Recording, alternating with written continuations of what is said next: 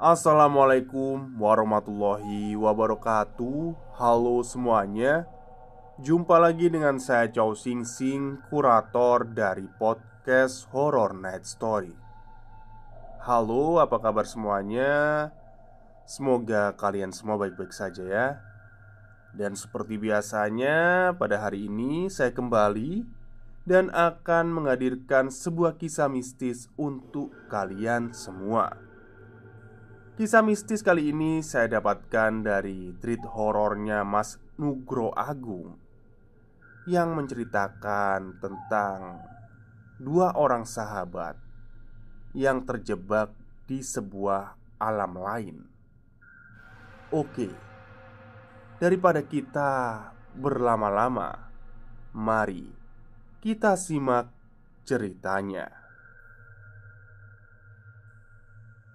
Entah apa yang terjadi, kami terpisah dari rombongan. Hujan deras, kabut tebal, membuat pandangan kabur. Hal ganjil yang terjadi hampir saja membuat kami menemui maut di kala petang datang. Halo mas, perkenalkan nama saya Yuda. Saya ingin menceritakan sebuah cerita yang saya alami saat melakukan perjalanan bersama teman-teman saya. Waktu itu, rencananya kami ingin datang ke sebuah acara festival yang diadakan di salah satu kompleks candi yang berada di Jawa Tengah. Tidak ada yang aneh dengan acaranya. Tidak ada maksud untuk membuat tempat wisata itu menjadi tidak baik. Tidak. Karena peristiwa ini sendiri terjadi di saat kami masih dalam perjalanan. Waktu itu di tahun 2015, saya dan teman-teman ingin sekali datang ke sebuah festival keagamaan yang setiap tahunnya selalu menjadi buah bibir masyarakat, khususnya di daerah Jawa Tengah.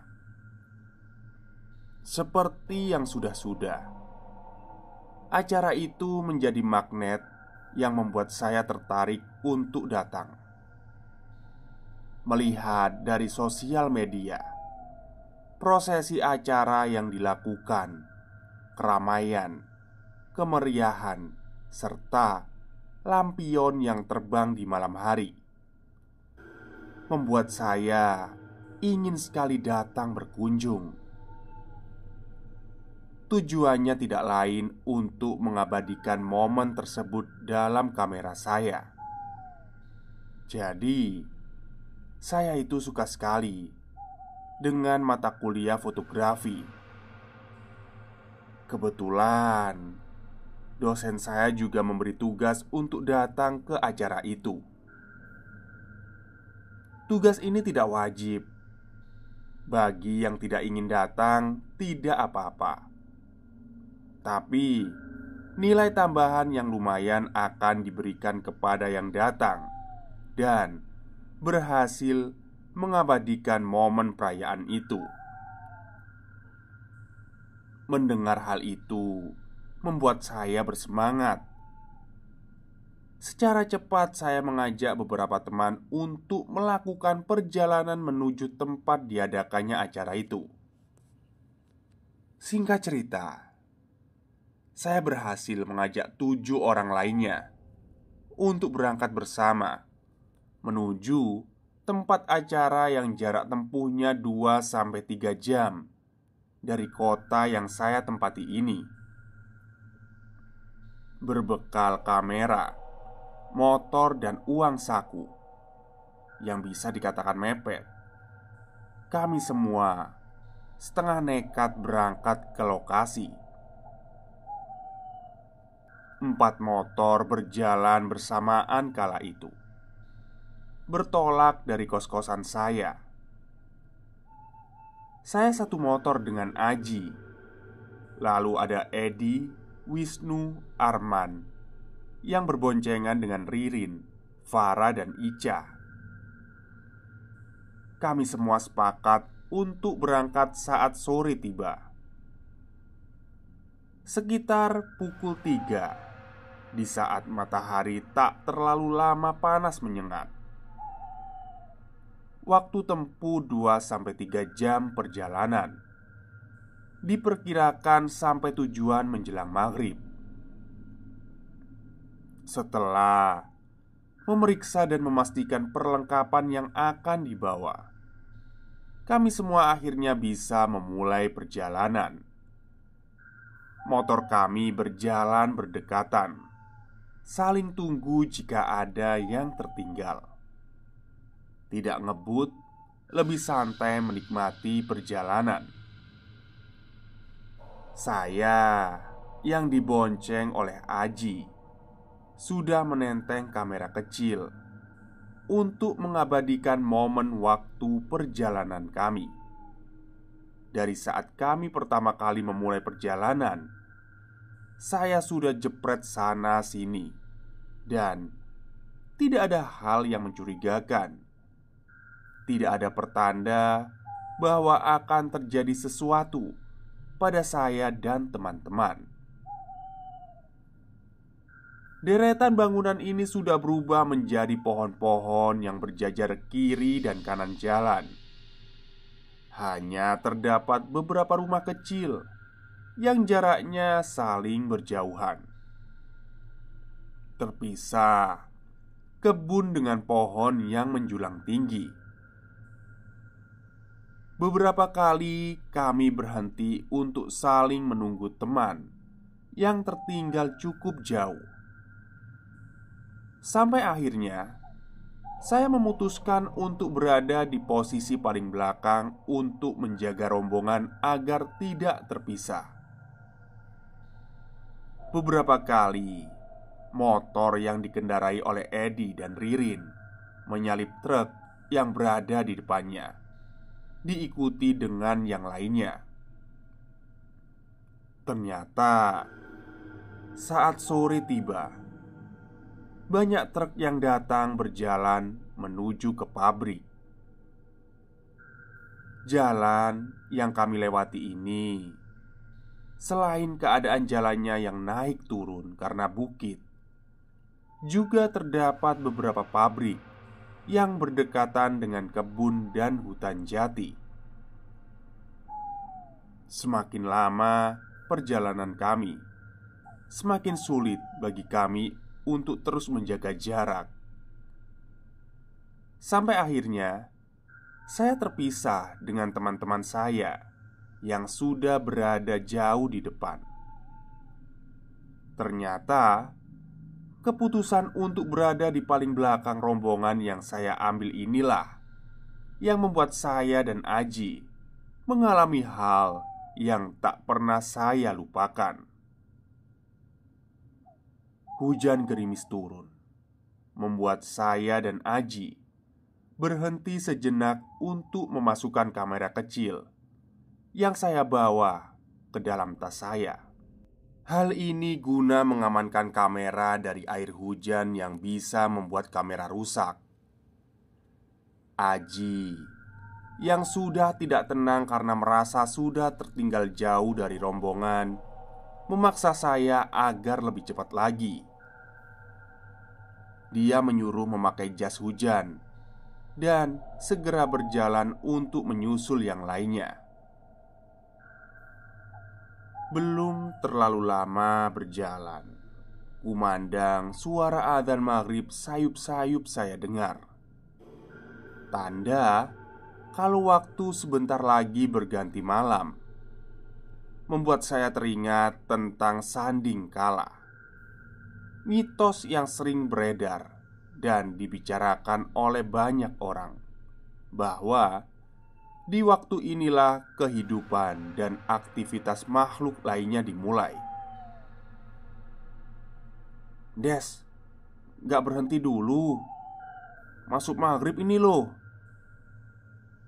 ucap saya mengingatkan Aji dengan memanggilnya Gondes, sebutan yang sering diucapkan saat memanggil seseorang di daerah kami. "Alah, gas wayut, biar ketemu teman-teman dulu aja lah, baru istirahat kita," jawab Aji panik. "Gak apa-apa toh, kata orang maghrib itu." "Alah, percaya sama dongeng orang lama lu. Gas aja, aman-aman. Percaya sama aku," potong Aji yang membuat saya kesal. Belum juga selesai berbicara, sudah asal potong saja. Kami pun melanjutkan perjalanan tanpa berhenti. Aji memacu motornya dengan kecepatan tinggi yang membuat saya sedikit takut. Hujan yang turun juga semakin deras, membuat jarak pandang semakin tipis. Kondisi jalan juga licin. Tak berapa lama saya dan Aji melihat sebuah kabut putih yang mulai turun dari atas bukit. Perlahan, kabut itu menutupi jalan. Jarak pandang semakin terbatas membuat Aji mengurangi kecepatannya. Perasaan aneh mulai saya rasakan saat itu. Aji tetap membawa motornya melewati kabut putih pekat yang kini sudah sepenuhnya menutupi jalan. Hal itu membuat saya membaca doa agar keselamatan selalu menyertai. Lampu motor dinyalakan, klakson dibunyikan berkali-kali untuk tanda bagi kami kendaraan melintas ke arah kami. Dan saat keluar dari kabut, saya bersyukur tidak ada hal buruk yang terjadi. Namun, ada hal yang membuat saya gusar. Saya sendiri waktu itu tidak tahu dengan pasti. Tak lama setelahnya, hujan tiba-tiba berhenti. Jalan yang kami lewati juga masih pada jalur yang benar. Hanya saja, saya mulai merasa curiga saat melihat di depan saya terdapat pohon jambu yang sangat lebat di kanan dan kiri jalan.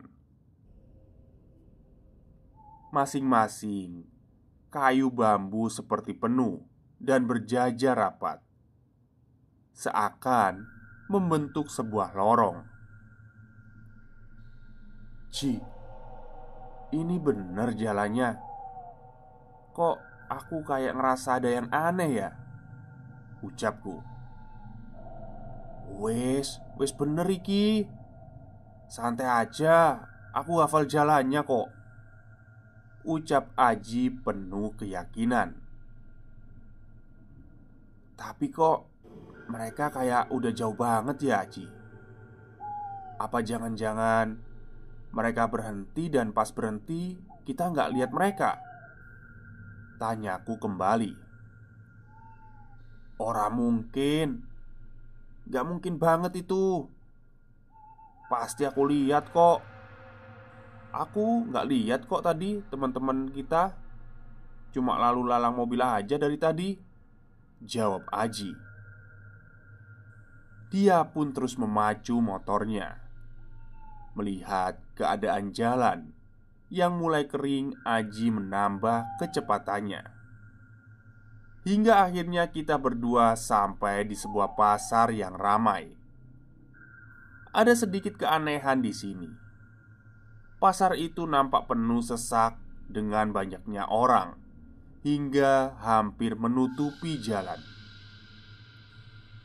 Hanya menyisakan sedikit jalan yang bisa dilewati kami berdua. Namun, hiruk-pikuk layaknya suasana di pasar tidak kami rasakan di sini.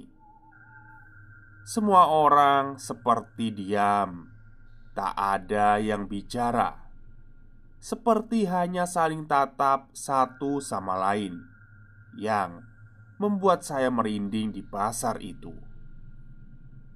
Semua yang saya lihat seperti menggunakan baju-baju lama, baju tradisional orang Jawa. Tapi ini terlalu tenang dan sepi untuk disebut pasar, dengan banyak orang yang berada di dalamnya. Ji, ini kok ada pasar sih? Perasaan kemarin aku lihat jalannya di map gak ada pasar. Lagian ini pasar udah mau maghrib kok masih rame ya? Tanyaku penasaran. Mau tutup mungkin Yud, atau mungkin pasar malam ini, jawab Aji enteng. Ngawur kamu. Masa pasar malam di pinggir jalan hutan kayak gini? Malah serem. Ah, kamu ini, ucap saya yang mulai panik. Lah terus apa? Udah ini di jalan, pikiranmu yang jelas. Berhenti dululah. Lepas jas hujan. Udah nggak hujan, ucap Aji yang terus terang dengan keadaan ini. Kami berdua akhirnya berhenti tak jauh dari pasar. Kami melepas jas hujan yang kami kenakan, lalu merapikannya. Setelahnya kami mengeluarkan handphone bermaksud untuk mengecek lokasi saat ini melalui Google Map. Namun setelah saya mencoba berkali-kali, aplikasi ini seperti tidak mau terbuka. Selalu kembali ke awal tampilan layar. Saya memeriksa sinyal yang ada dan masih baik-baik saja. Segera saya menghubungi yang lain bermaksud untuk menanyakan posisi teman-teman yang lain. Halo, Cah. Kalian udah sampai mana? Kok kayaknya aku jauh banget ya? Ucapku setelah berhasil menelpon Ica. Yud, Yud, Yud, suaranya hilang. Ucapan Ica dengan perkataannya tidak jelas kudengar karena gangguan sinyal. Berkali-kali dicoba tetap saja suara Ica hilang. Sampai akhirnya sinyal yang kutadinya penuh mendadak kosong. Simbol SIM card dengan tanda silang terlihat jelas di handphone. Sinyal hilang tak ada sama sekali. Mengetahui hal ini membuat aku dan Aji bingung. Gimana? Udah tahu kabar yang lainnya? Tanya Aji. Gak bisa, Des. Sinyal hilang ini. Coba punyamu, ucap saya, memerintahkan Aji untuk mengambil handphone dalam saku celananya. Setelah melihat layar handphonenya, jawabannya sudah bisa dilihat dari ekspresi wajah Aji. Gak ada sinyal juga. Kok jadi aneh gini sih? Providermu beda kan sama punyaku? Tanyaku yang dibalas anggukan oleh Aji. Kami berdua diam sejenak. Sampai akhirnya Aji menanyakan sesuatu. Jam berapa sekarang, Yud? Tanya Aji. Sekarang 18.18, Ji, ucapku sambil melihat jam yang ada di layar handphone. Udahlah, makan dulu aja. Aku lapar, Yud, ucap Aji sembari menunjuk sebuah warung di seberang jalan. Melihat hal itu, aku segera mengikuti Aji yang sudah menuntun motornya ke arah warung kecil itu. Dari luar tercium bau harum masakan, membuat siapa saja yang datang pasti akan merasa lapar. Warung kecil itu bersih dengan tembok berwarna putih, kusen kaca dan pintu berwarna merah bata.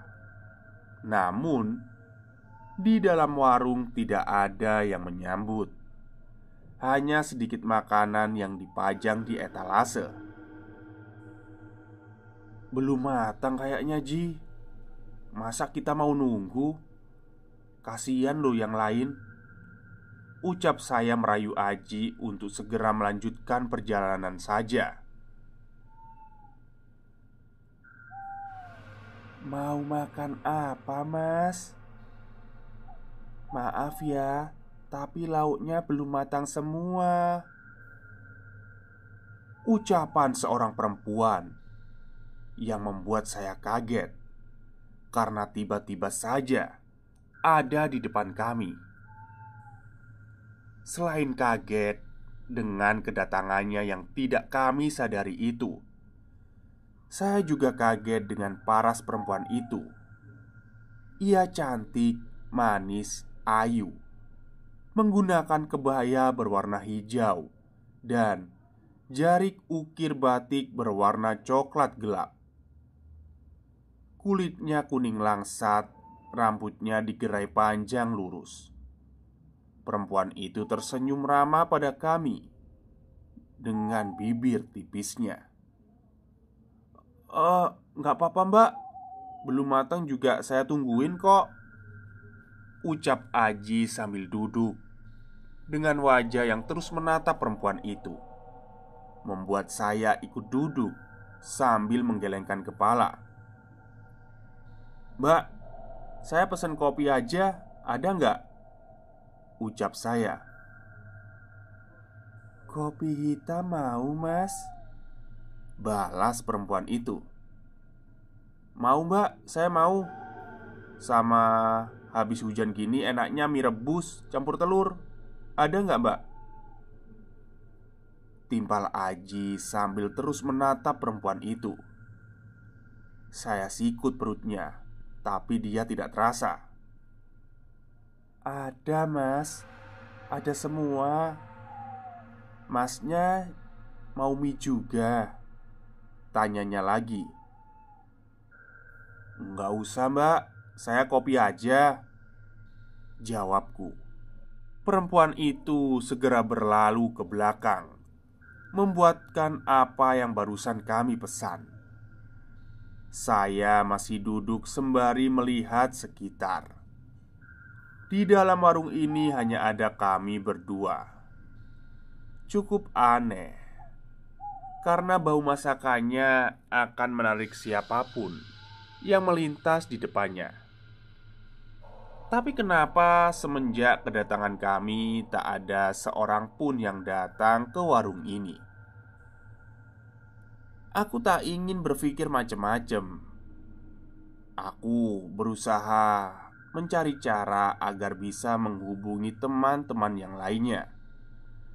Tapi berkali-kali dicoba, sinyal handphone tak juga muncul. Mungkin sinyal terganggu oleh bukit dan tebing tinggi di sekitar tempat kami. "Ji, nggak usah lama-lama ya. Habis makan kita langsung gas," ucap saya. "Iya ya, paling mereka juga sekarang lagi makan. Katamu suruh istirahat waktu maghrib. Ya udah kita santai dulu aja beberapa menit. Lagian Mbak E ayu loh, hehe," jawab Aji. "Halah, nggak bisa apa kelakuan buayamu itu hilang? Nggak bisa lihat perempuan cantik sedikit bawaannya mepet aja," balas saya. "Naluri bro," balas Aji. Saya hanya bisa menggelengkan kepala.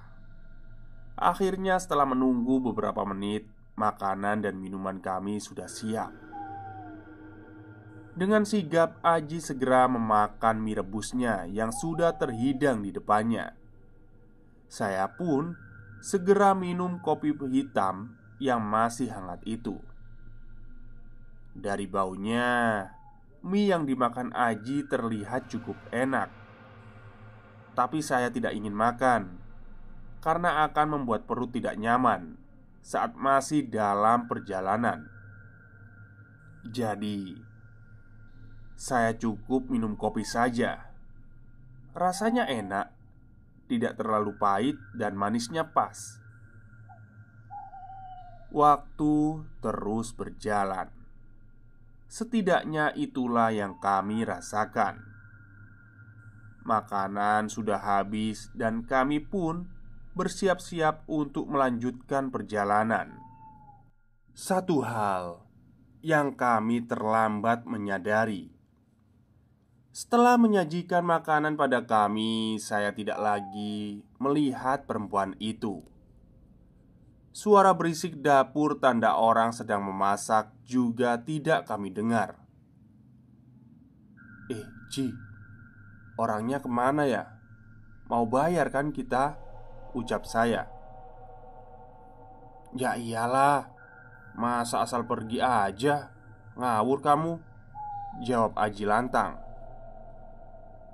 Mbak, mbak, udah ini mbak, saya mau bayar. Lanjut Aji setengah teriak memanggil penjual. Tapi tak ada respon yang didapatnya. Berkali-kali dipanggil tak ada yang datang. Kesal karena sudah menunggu cukup lama, Aji akhirnya bangun dari duduknya, bermaksud masuk ke dalam dapur memanggil perempuan penjaga warung itu. Saya sih masih duduk saja, sembari terus mengamati sinyal handphone yang saya letakkan di meja. Sampai akhirnya tiba-tiba saya merasakan hal aneh saat melihat jam yang ada di layar handphone.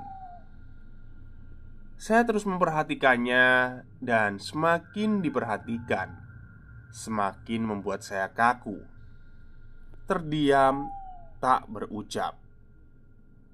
Saya melihat jam tangan saya, memastikan apa yang saya lihat ini salah atau justru memang ada keanehan yang terjadi. Tampak jelas, jam tangan saya menunjukkan waktu yang sama persis dengan jam yang ada di handphone saya. Pukul 18.18 terlihat pada handphone saya. Sedangkan angka itu juga terlihat di jarum jam pada jam tangan saya. Masih sama persis saat kami pertama kali masuk ke warung ini. Hal lain yang membuat saya semakin bingung, jarum jam yang menunjukkan detik tidak bergerak, seperti baterai jam habis. Waktu seperti berhenti sedari tadi. Menyadari hal yang aneh, saya memanggil Aji. Namun, belum juga saya memanggil namanya, hal lain membuat saya semakin takut. Jarum jam yang menunjukkan detik tidak bergerak, seperti baterai jam yang habis. Waktu seperti berhenti sedari tadi. Menyadari hal aneh ini, saya berniat untuk memanggil Aji. Namun, belum juga saya memanggil namanya. Yud, Yud, astagfirullah Yud, teriak Aji yang membuat saya langsung berlari ke arahnya. Loh, ono apa toh Ji? Kata saya. Saya panik melihat ekspresi ketakutan yang tergambar jelas pada wajah Aji. Saya langsung masuk melalui pintu dengan tirai yang separuh terbuka itu. Aji terduduk lesu di pojokan. Wajahnya menatap langit-langit warung. Matanya terbelalak seperti melihat sesuatu yang mengerikan. Cepat-cepat saya juga mengarahkan pandangan. Saya melihat ke arah Aji melihat. Seketika itu saya merasakan nafas saya sesak, membuat saya sulit untuk mengaturnya.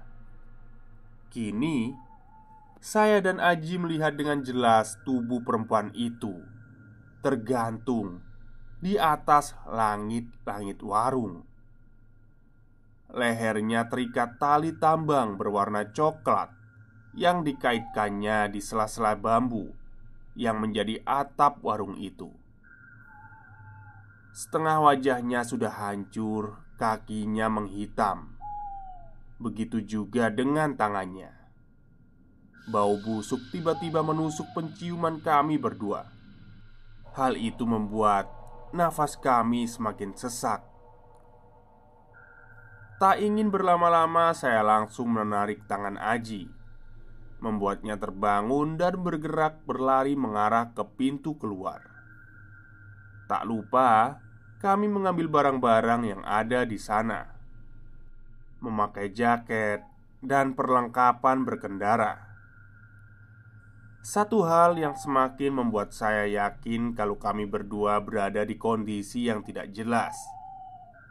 Pasar yang lokasinya beberapa meter dari warung nampak sepi. Tidak ada tanda kehidupan di dalamnya. "Ayo Yud, buruan naik," kata Aji yang sudah bersiap di atas motornya dengan mesin menyala. Saya pun segera naik. Apa yang barusan dilihat hanya bisa disimpan terlebih dahulu. Tak bisa diceritakan. Motor segera melaju, meninggalkan tempat itu. Merasa penasaran dengan warung dan pasar tadi, saya pun memberanikan diri untuk melihat ke arah belakang. Entah mata saya yang salah atau apa. Kini yang saya lihat, nampak perempuan itu berdiri di depan warung dengan kondisi saat tergantung tadi, menatap ke arah kami dengan senyuman kecil di wajahnya yang setengah hancur itu. Tak lama, ia membungkukkan tubuhnya sembari seperti memberi hormat pada kepergian kami. Tapi entah apa maksudnya. Yang jelas melihat hal itu, nafas saya semakin terengah-engah. "Yud, tenang Yud. Pokoknya kita fokus lihat ke depan, jangan lihat ke belakang. Udah gak beres ini," ucap Aji yang telat memberiku perintah karena terlanjur menyaksikan kengerian yang ada. "Atur nafas Yud, atur nafas. Kita bisa kok keluar dari sini," ucap Aji kembali, mencoba terus menenangkan saya. Namun, semakin terus dicoba, hasilnya tetap sama. Nafas saya masih terengah-engah. Saya belum bisa menenangkan diri. Masih terus terbayang dengan apa yang barusan saya alami. Saya mencoba memejamkan mata, mencoba untuk bisa lebih tenang. Sesaat saya bisa merasakan aliran nafas sedikit bisa saya atur. Perlahan saya buka mata, dan hal yang tak diinginkan itu terjadi. Sosok orang tua berdiri di hadapan kami, tepat berada di tengah-tengah jalan. Aji yang sedari tadi memacu kecepatan motornya seperti orang kesetanan tak bisa menguasai kendali.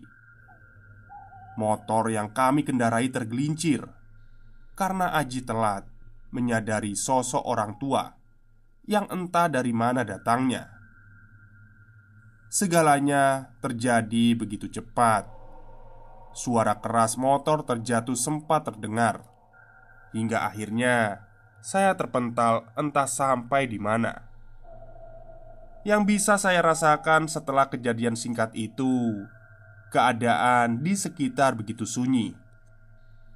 Tubuh saya tergeletak di pinggir jalan. Pandangan saya mengarah ke langit, yang pada saat itu masih sama keadaannya. Langit waktu maghrib, dengan sedikit cahaya yang masih bisa terlihat. Tanda sang surya belum sepenuhnya menghilang. "Yud, Yud, woi, Yud!" teriakan Aji sayup-sayup mulai terdengar, mengarah ke tempat saya tergeletak. Cepat-cepat dia membangunkan tubuh saya. "Hati-hati Yud, hati-hati," ucap Aji panik. Kemudian Aji membantu saya bangun. Saya terduduk, dia mengamati sekitar.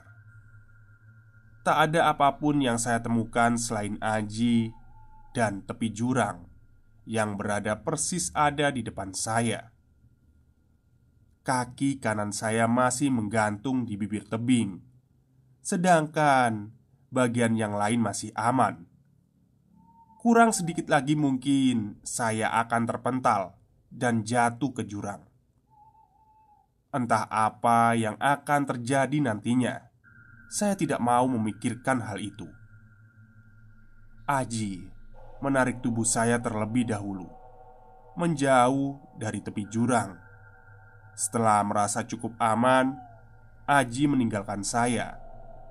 Segera ia mengambil motornya yang tergeletak tak jauh dari tempat saya. "Yud, kamu gak apa-apa kan? Ada yang luka gak? Maaf ya, tadi ada kakek-kakek di depan. Mau aku tabrak Yud, tapi aku yakin itu hantu," ucap Aji sambil terus memeriksa motornya. "Aman Ji, aman. Gak apa-apa. Kamu gimana? Motormu bisa jalan?" tanya saya kembali pada Aji. Sik, starternya kayaknya mati. Tak coba pakai engkol aja lah," ucap Aji terus mencoba menghidupkan motornya yang sempat terjatuh itu. Saya yang masih terduduk terus memeriksa kondisi badan, kondisi barang yang saya bawa. Satu yang saya tahu, jam yang saya pakai kacanya mengalami retak, dan saya bisa melihat dengan jelas jarum jam masih menunjuk angka yang sama, menit yang sama, dan detik yang sama. Ya Allah, berikan keselamatan pada saya dan teman-teman. Berikan perlindungan ya Allah. Berikan jalan yang terang, kata saya spontan bergumam lirih. Tiba-tiba terdengar suara deru motor. Tanda mesin berhasil dinyalakan oleh Aji. Dia langsung menuntun saya untuk menaiki motor dan melanjutkan perjalanan. Namun, kami berdua tersentak kaget melihat seorang kakek-kakek menggunakan baju serba hitam dengan rambut putih yang dibiarkan terurai. Wajahnya terlihat serius menatap kami. Ia berdiri tepat di depan motor yang akan kami kendarai itu. "Ampun mbah, ampun. Saya numpang lewat, jangan diganggu," ucap Aji memohon sambil terus menundukkan kepalanya. "Yang pelan-pelan Le, jangan buru-buru. Nanti malah lewat jalan yang salah," ucap kakek itu dengan suara setengah serak.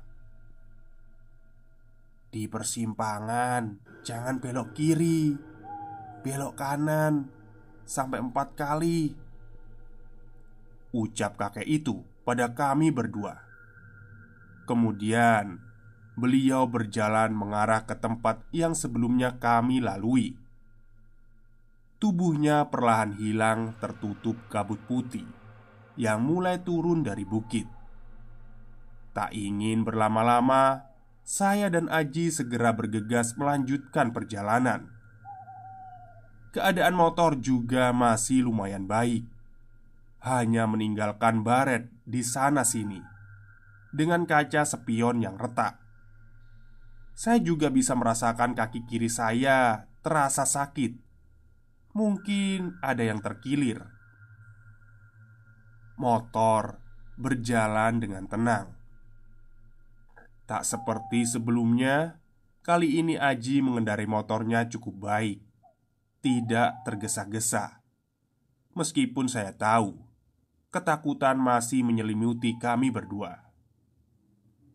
Setelah 3 kali menemui persimpangan, 3 kali belok kanan, kami akhirnya menemui persimpangan akhir. Jalannya bercabang 2.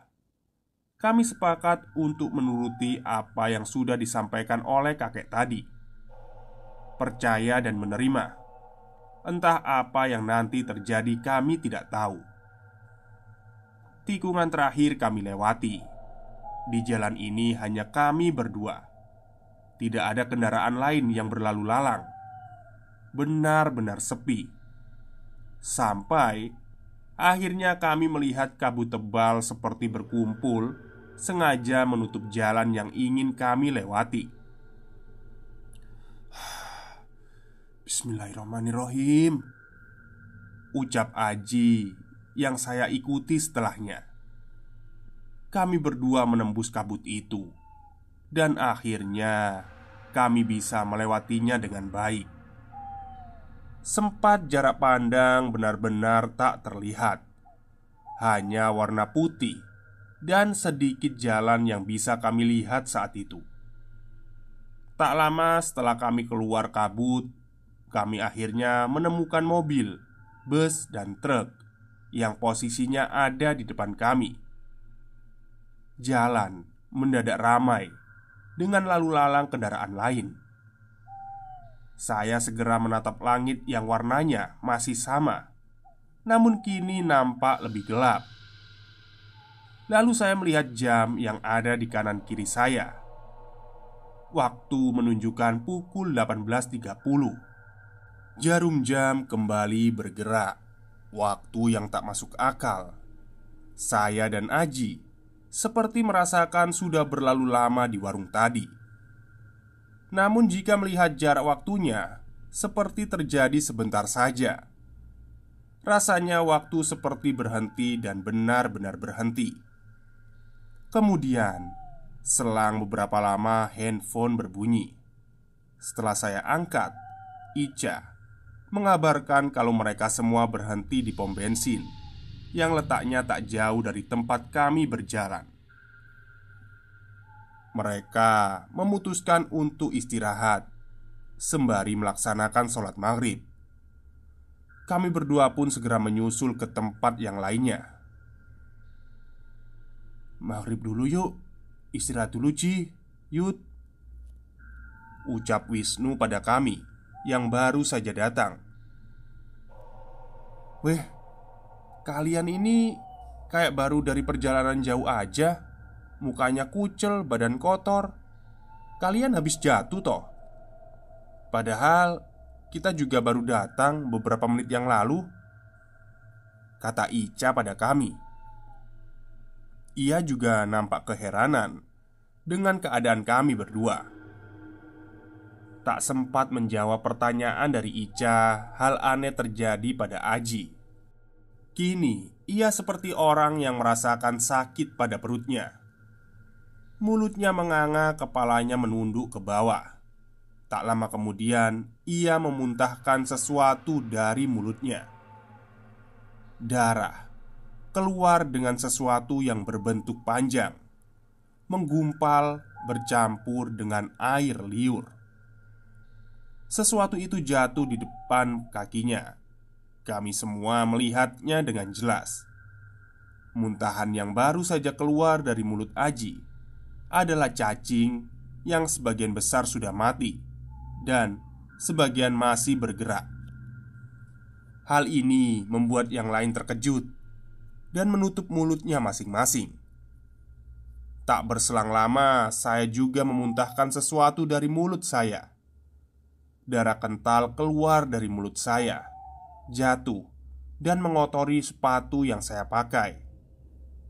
Warnanya hitam pekat, bau busuk menyeruak membuat semua teman kami saling pandang.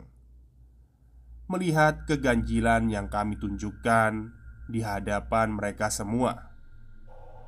"Ya Allah Yud, Aji, kalian ini kenapa?" tanya Farah setelah ia berteriak histeris melihat keadaan saya dan Aji. Saya tidak bisa menjawab apa-apa. Tiba-tiba tubuh saya terasa sangat lemas. Melihat hal itu, beberapa teman kami langsung mencari bantuan, terutama Ica, yang ternyata punya saudara yang rumahnya berdekatan dengan lokasi saat kami beristirahat. Ica segera menghubunginya dan meminta bantuan agar datang secepatnya. Saya yang terduduk lemas hanya bisa melihat kepanikan yang terjadi. Sambil sesekali ingatan saya mengingat wajah gadis itu. Setelah beberapa menit berlalu, Aji dan saya hanya bisa terduduk lemas. Keadaan juga sudah lebih kondusif. Tak lama berselang, Om dari Ica datang. Saya dan Aji menceritakan apa yang kami alami saat di perjalanan tadi. Saat kami berdua terpisah dari yang lainnya. "Kamu masuk alam mereka ya, Li? Kamu makan apa yang disajikan mereka. Tapi untung kalian bisa selamat. Om saranin aja, kamu gak usah melanjutkan perjalanan ini.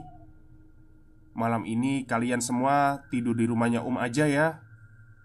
Nanti Om minta bantuan Mbah yang jadi tokoh masyarakat di kampung Om.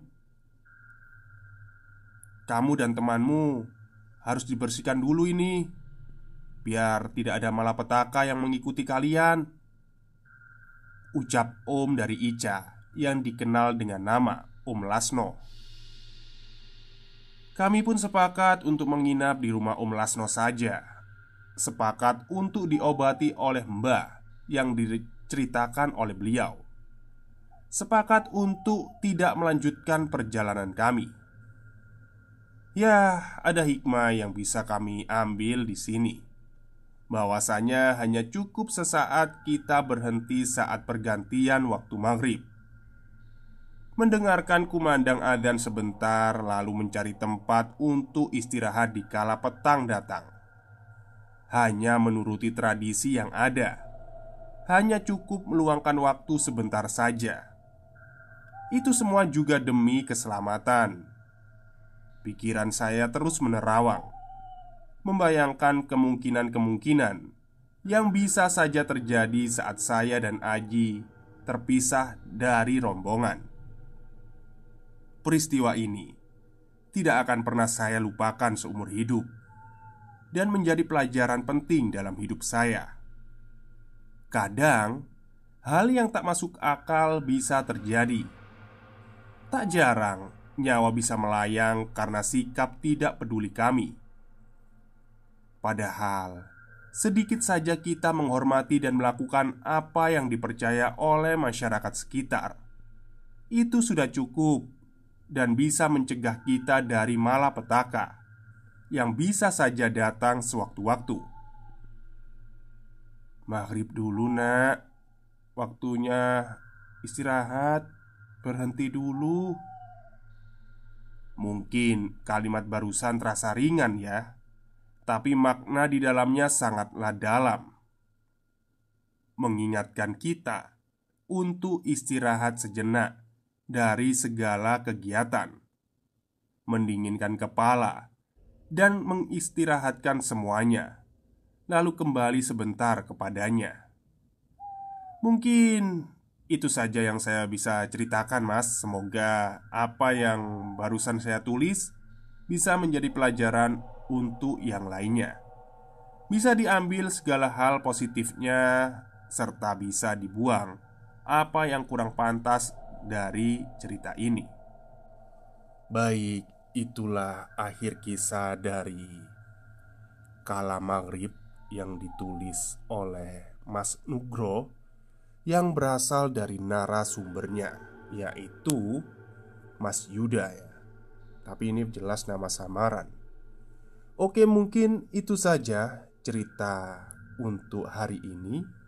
Semoga kalian semua terhibur. Selamat siang dan selamat beristirahat.